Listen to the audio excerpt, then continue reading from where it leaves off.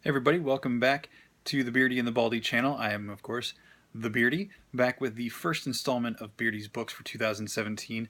I know we're 3 weeks into the month, and I apologize for the delay at this point, but it's just been crazy times with the holidays and getting to see family over Christmas and everything, and New Year's and all that good stuff. So things have finally started to calm down. So I am back, and I'm sure we'll have the Baldy back before too long with some sort of review or video. So just keep watching. All right, so it is Beardy's Books comic book haul rundown for January 18th, 2017. And there's been a lot of stuff going on since I've been out or away, gone from doing the videos. Civil War II is finally wrapped up. There's been some things developing at DC, of course, within their stories and everything. So we're kind of jumping ahead into some things. Hopefully, you're out there reading your own stuff and not relying on me to tell you what's going on in these books. But I'm going to get back to my regular reviews here, and I'm going to get back to my top 13 movie countdown, hopefully this weekend, and get that finished up and do some new movie reviews. Hopefully I'm going to see La La Land on Sunday, so we'll see what develops there. But now, on to Beardy's Books, my countdown for the week. First up is an Inhumans vs. X-Men IVX tie-in, All New X-Men issue 17. Dennis Hopeless, Mark Bagley, and it's another issue following the teenage, most of the teenage mutants.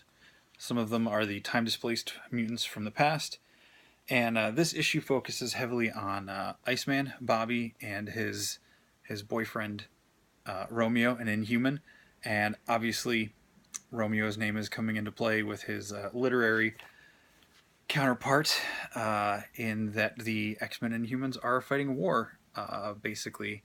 And this issue ties in right, kind of sets up what's been going on with this teenage team and how it ties into the events of, I believe, would have been IVX #1, where the mutants are actually launching their initial attack onto New Attilan, or was it the issue 2? Anyway, it fits right in there to that event. And part of the issue, I felt like the love story, the romance side of it, felt very, to me, no offense, it didn't hit me in the way that I think it was supposed to. I liked the other half of the book.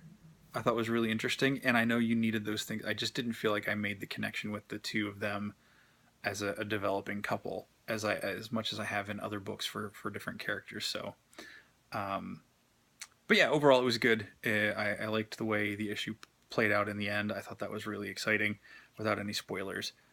So yeah, check out All New X-Men #14. Excuse me, #17. Back in her own ongoing, following the events of Civil War II, Captain Marvel has now become the mighty Captain Marvel. This is the first issue. There was a 0 issue, and this picks up kind of like, I don't really know what's going on. It's kind of a crazy story. And now that I'm looking at this, I don't even think I finished reading it. I thought I did, so I apologize. I don't have much to say other than it's the first couple issues or pages sets up kind of where she is post Civil War II status in the world. They really set that up in the 0 issue, and it plays into the first events. I do know there was something with a refugee camp and some sort of murders or hostage situation that she was going to investigate. So I apologize. I'm going to have to get back and finish reading that. I can't believe I did that. One I know I've read, Monsters Unleashed #1. It's the next Marvel event, and I really enjoyed this. It was a lot of fun. It's not a book that I feel is going to have major consequential weight across the Marvel universe. Maybe it will. I don't know. It's a nice gatefold cover, or wraparound cover. It's pretty cool. Art by Steve McNiven on the cover there, and he did the art inside as well. Colin Bunn's a good writer, and this issue really just kind of sets everything up, so it'll be really interesting to see where things go. But they did bring in one of my favorite characters from Next Wave. Elsa Bloodstone shows up in the issue, so it's really cool seeing her, especially considering it's a monster-themed book, and she is a monster hunter. So this was just a lot of fun, seeing how the different teams of heroes in the Marvel Universe react to a situation that doesn't involve them fighting each other. I'm really sick of that. I'd like any Marvel events going forward to not be about them fighting each other, and see heroes either doing their own thing or working together, or coming at problems from different directions and meeting in the middle. So, but Monsters Unleashed, it was cool. It was fun. All sorts of crazy monsters all over the place. Some pretty good dialogue. Again, I don't feel like it's got the weight of some of the bigger books, but maybe that's good. Maybe we need a big, heavy book right now. So it was kind of fun. I'm interested to see where that goes. Okay, up next is issue 15 of Green Arrow, continuing the Emerald Outlaw story arc. Someone has been setting up Ollie to take the blame for murders around the city, and you realize in this one, or I think the public starts to realize it's not actually him. It's the Dark Archer, and there's a an event that happened a couple issues back where Ollie stopped kind of a rogue cop.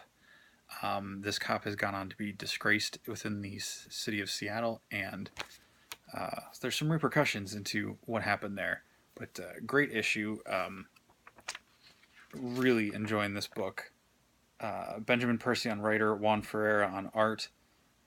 It's great. The passing off between the artwork on this book between the two main artists is really good. Like it keeps up the visual style and flavor and everything. I've been really enjoying it.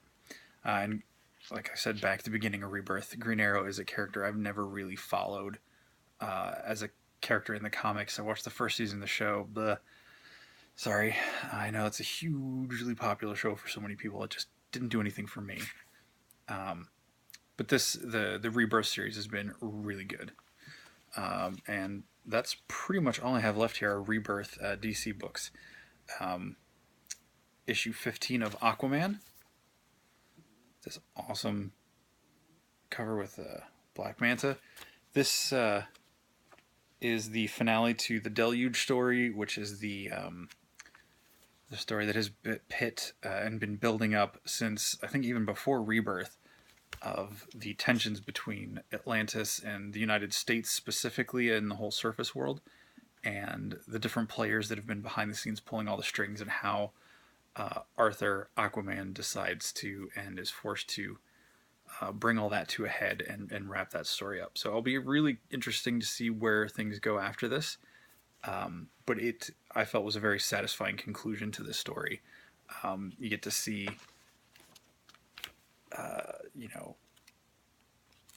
there's been that confrontation between Superman and Aquaman a few issues back, and it wraps up the story of Mera with her being like the threat of the prophecy and everything. So it was a really, I think, nice way to wrap up that story and set the stage for where things are going to go next. In Superman, can't remember what they're calling this arc. Superman 15 here. What is the title of this series? I can't find it here. Oh, Multiplicity, Part 2. So this series, and back in Superman, you've got different versions of Superman from alternate realities, including one where Etrigan the Demon is the Superman of his world. It's really cool. In a way, it reminds me a little bit of Spider-Verse. Someone is going through and collecting the super